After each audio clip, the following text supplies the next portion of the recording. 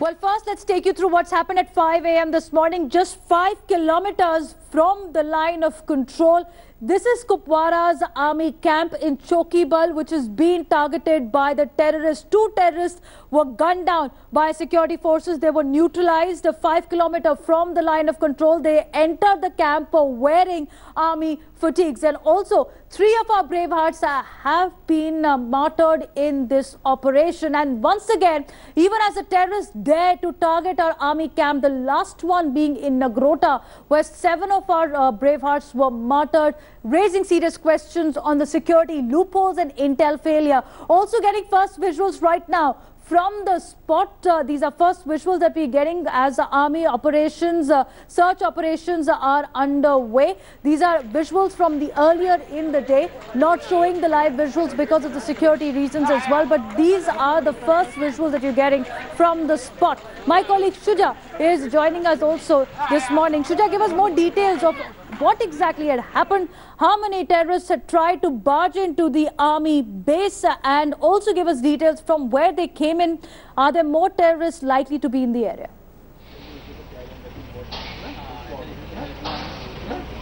Well, Devina, you know, this entire attack took place around 4:45 in the morning. What we've been able to gather so far about the sequence of events is that 2 of these militants, tried to barge into the camp. The camp is very near to the line of control, just about 5 or 6 kilometers away from, where line of control actually the area begins. Now, what has happened is that once they entered in, they fired indiscriminately and took the forces by surprise. And that's the initial phase where, most of the damage has taken place. Like we've been reporting, 3 of the army men, which includes 1, officer, captain, has been killed in this entire encounter. Those 2 militants have also been gunned down. The army has been carrying out search operations in and around the area, trying to figure out whether there were more militants who were part of this operation and perhaps are hiding around. Let's also remember there have been of late increased number of inputs about the possibility of such attacks. Now there will be questions, of course, asked as to whether there was lack of preparedness when it comes to the army, but at the same time the larger question about the number of militants and the increase in the level of militancy is something that is going to be a challenge for the entire security establishment. Absolutely, and take us through how the modus operandi of the terrorists remains similar, because they're not targeting the civilian areas, they're targeting the key defense installations, striking at the heart where it hurts the most. And also it's a pre-dawn attack like we saw in Nagrota. They were wearing army fatigues like we saw in Uri as well. How their modus operandi remains similar this time round as well?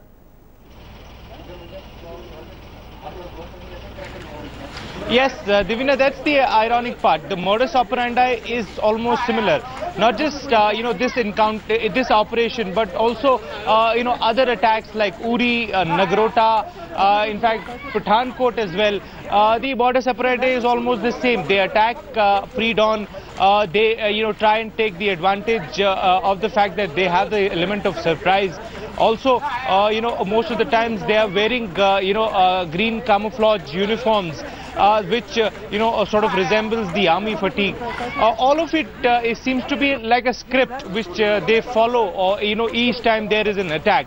And this is something which, once again raises questions whether, the army and the security forces so far haven't found a counter to ensure that such attacks do not take place, whether the loopholes are such that they cannot be plugged in at all, or whether there are actually human errors in terms of maintaining the vigil. These are the questions that will be raised from the fact that the modus operandi of all these attacks almost seem to be similar. But the price of our soldiers' blood, but Shuja, the price of our soldiers' blood has to be paid. And it has to be paid by these terrorists. And be with me, because I want to take our viewers through how there have been repeated there by the terrorists, and they're only emboldening. Look at this, 18th September, when Uri camp was attacked, 4 terrorists were killed, 21 of our soldiers were martyred in that operation. Rashtra Rifles camp was attacked in Baramulla as well. In October, once again, we had seen in Handwar also, there were 3 terrorists killed. Once again, in Grota Army Camp on 29th November, we had seen the similar operation with 7 of our jawans were martyred. And this is a wake-up call once again, because early in the morning, once again today, they tried to barge into the army camp. And Shuja, as we're talking about that, how these terrorists repeatedly dare the administration, dare our security forces, also a disturbing trend that we're witnessing in the valley of a united jihad call, where you have Lashkar, where you have Jaish, and where you have Hizbul Mujahideen outfits all coming together, first time after 2001, to target the military installations.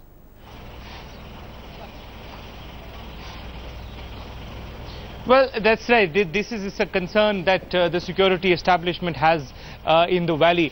In fact, from 2016, particularly after the Burhan Wani encounter, one of the major problems that the security establishment has been facing is the increased number of local boys going into, militant ranks. In fact, the number of people has been in itself, the government in itself has said about 100 of them have gone and, joined the militant ranks. And, add to that those who have come from outside after infiltrating on the line of control.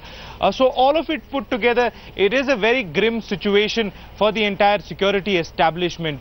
There are also other challenges that at the same time the government is facing, which includes the, a situation of a kind of an unrest, particularly of late after a couple of, past couple of weeks has been very, very difficult.